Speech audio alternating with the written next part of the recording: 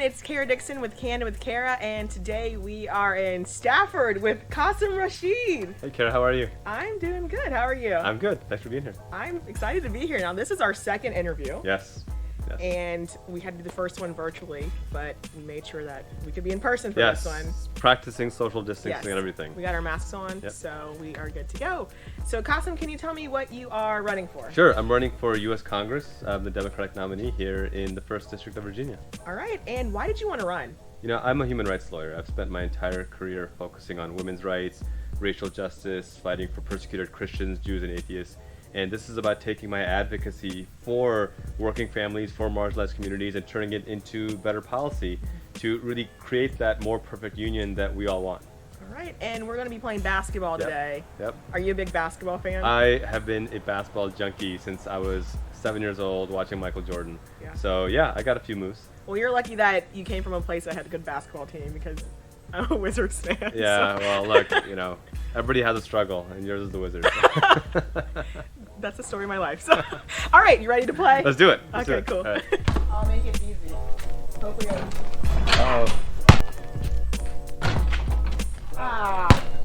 Do we keep shooting? I don't remember how to play. Do we No, keep now it's a new shot. Yeah, right?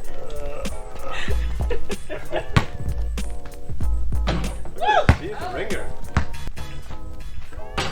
Oh, H. If you had unlimited time, money, power, or resources, what would be one issue that you would want to solve?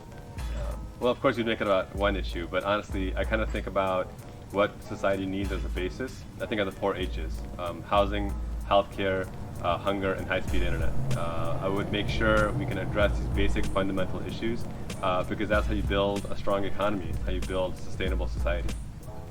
So people have been feeling down this year. People are depressed about, what's going on in 2020. Yeah. What would you say to them to inspire some type of hope for this year? You know, I always think about the wisdom of James Baldwin, who talks about that I know that which I ask of you is impossible, but when you look at human history and Black history in particular, we've always been asked to do the impossible, and we've done it anyway. This is the story of America, overcoming insurmountable odds, overcoming danger and division, and remembering that we are the United States. And my promise, as I've worked as a human rights lawyer, is to continue to work in Congress to fight for marginalized communities and make sure that we have a seat at the table.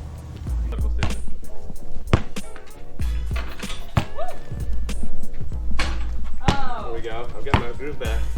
Now you're.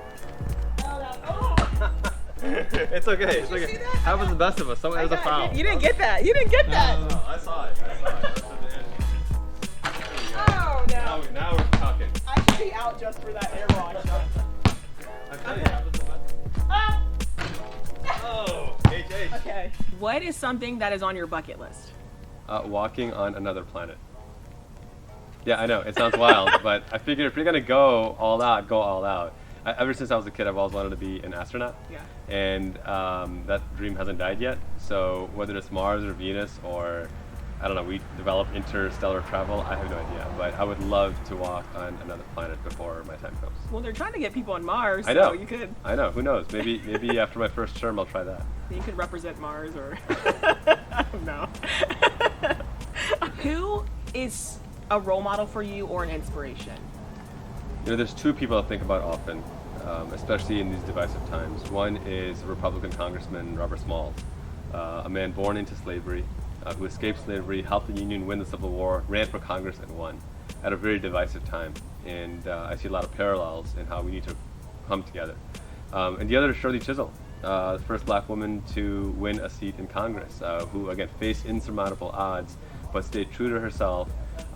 Like me, didn't take any corporate money, and so that's an inspiration as well. And she left her mark. And so for me, it's about how do we leave the world better than we left it, and both of these 2 amazing individuals did that. And I think about them often and try to aspire to pursue their example.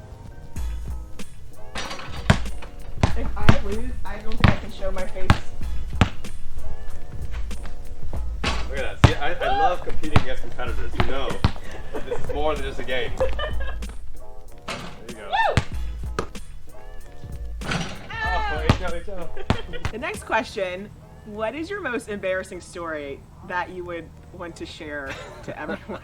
Honestly, there's kind of like an ongoing awkward moment on my team whenever I tell a dad joke that just falls flat, which happens rarely, but when it does, there's that cringeworthy moment afterwards. But let's be honest, my dad jokes are hilarious. But not to your team. Apparently not to my team. It's a great team, they're phenomenal, but every team has a weakness. Theirs is comedy.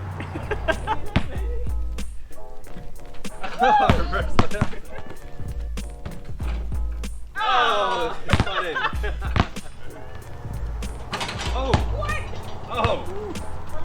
I was gonna call it swish, yep. Oh, that's pretty good. HOR. So Congress had to come together earlier this year to respond to COVID-19. What is something that they did well and what's something that they could have done better? Well, I think that they did pass a few packages to make sure that folks had their unemployment extended. I think Governor Northam did a phenomenal job of incorporating that and leading here in Virginia. We didn't turn it into New York or California or Florida. But I think that we saw a lot of gaps. One, the fact that the unemployment benefit has ended is devastating as 30 million Americans face eviction. The actual small business packages that were given, one, the loans were impossible to navigate. And two, they didn't actually go to the majority of small businesses. The first package, 95% of small businesses got nothing. The second package, 90% of small businesses owned by women or people of color got nothing. And I think that is devastating because small business is the backbone, the lifeblood of our societies. And so I once I get to Congress, I'm going to focus on ensuring that our small businesses are at the forefront so that our hardworking families don't have their lives destroyed and they're able to continue to thrive and our local economies can continue to thrive. What is the historical significance of this upcoming presidential election? Well, I've been talking about this on our public campaign events regularly, that this is not just about one election. It's not about my election or any one person. It's really a referendum on the kind of nation that we want. We see rioting in the streets. Nobody wants that. We see economic devastation. We see a virus that has killed 200,000 of our neighbors and infected 7 million, an economy that's shrunk by a third. This is the America this administration has created. This is not the America that we want. This is really a referendum on making sure that we have a nation built on compassion, built on justice, bringing people together across party lines, across ideological lines, to remember that we are that United States of America and we are here to form that more perfect union. And so our message to folks is to get out there and not only vote, but engage their neighbors and their friends. Let's get that maximum voter turnout. Let's exercise this right that people have literally died for and make this that more perfect union that our founding fathers envisioned. Here you go. What? Take it. Home court advantage. I mean, hey. Nice shot. Right there. Go. Whack. Ouch, I thought you had that one. HRS? Yeah.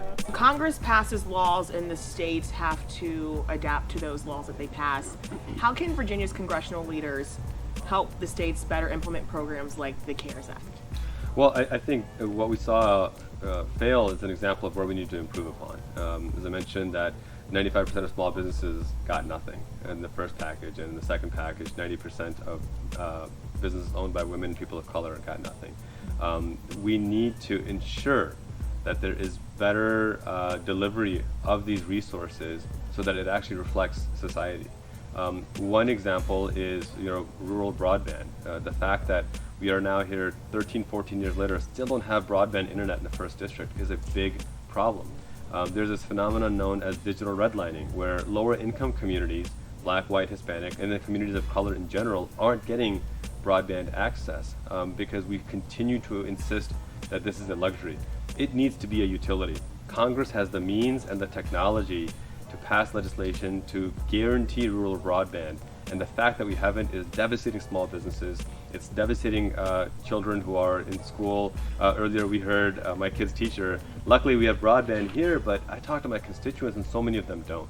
So for us, this is about how do we grow our economy, how do we guarantee every person can have a good paying job, how do we protect our health care, how do we protect our small farmers.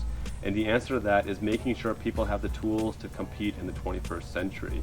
Especially during this pandemic, we absolutely need to make sure these resources are available. Make the dagger from up here. You like go in your window. Yeah. Oh. Maybe I'll make it. It's all, just be careful when you jump.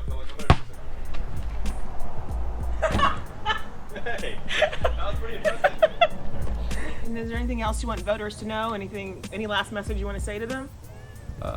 My whole career as a human rights lawyer has been to bring people together, fighting for marginalized communities, women who are survivors of abuse, Christians persecuted for their faith, working to reform the criminal justice system by working with people across the political spectrum.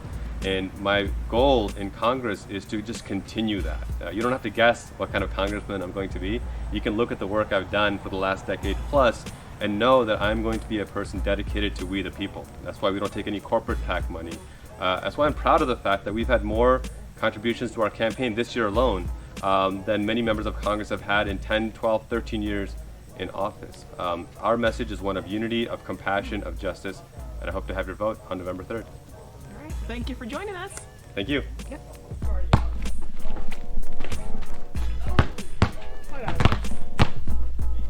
Yeah.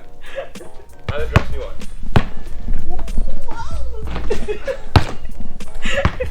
I think I just lost. Should I do it again? Yeah. Get in the shot. Okay. Here we go. Here it is.